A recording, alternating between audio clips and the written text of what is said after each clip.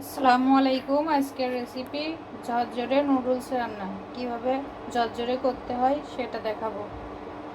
প্রথমে পানিটা উতলায় নিব।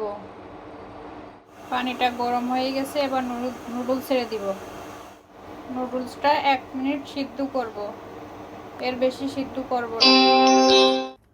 নুডলসটা 1 মিনিট সিদ্ধ করে কিছু সময় ঠান্ডা করে নেবেন, তাহলে নুডলসটা সুন্দর ঝরঝরে হবে। নুডলসটা ভালোভাবে পানি দিয়ে ধুয়ে নিয়েছি।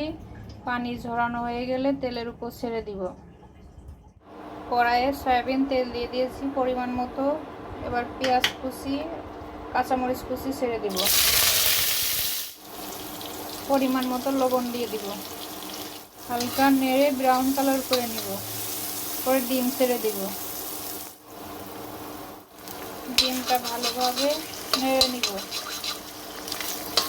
ডিমটা ঝুরঝুরে করে ভাজা হয়ে গেছে, এবার নুডলস ছেড়ে দিব। ভালোভাবে মিশিয়ে নেব। প্যাকেট ম্যাগি মশলা দিয়ে দিব। ভালোভাবে নেড়ে দিব। টমেটো সস দিয়ে দেবো। এটা ভালোভাবে নেড়ে দিব। রেডি হয়ে গেল আমার নুডলস। প্লিজ আমার চ্যানেলটা সাবস্ক্রাইব করবেন।